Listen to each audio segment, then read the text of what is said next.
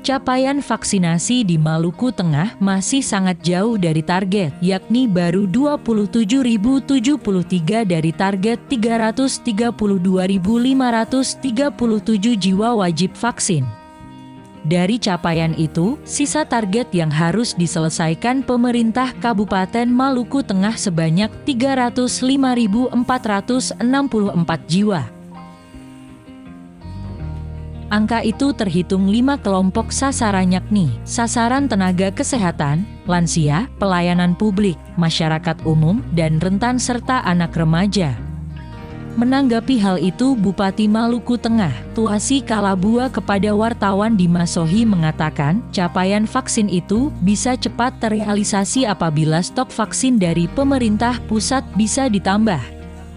Katanya, lambatnya proses pelaksanaan vaksin di daerah itu dikarenakan jatah vaksin yang diberikan terlalu sedikit sehingga pelayanan di gerai vaksin pun menjadi lambat.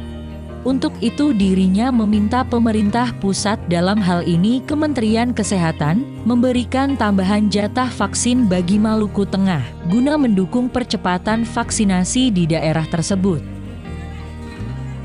Dirinya optimis jika ketersediaan stok vaksin selalu ada, maka puluhan gerai vaksin di daerah bisa mengejar target yang ditentukan.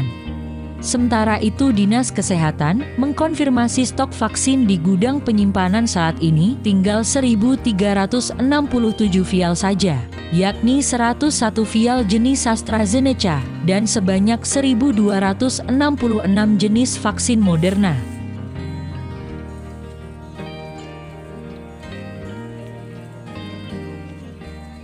Jadi sekarang ini kita banyak masyarakat yang sudah menunggu vaksin.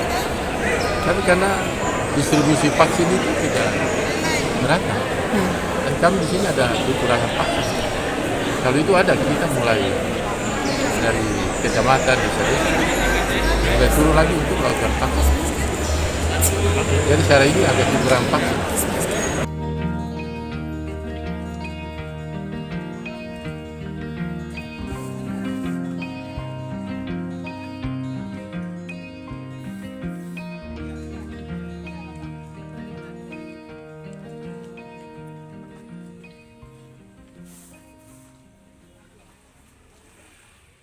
Terima kasih sudah nonton. Jangan lupa like, subscribe, dan share ya.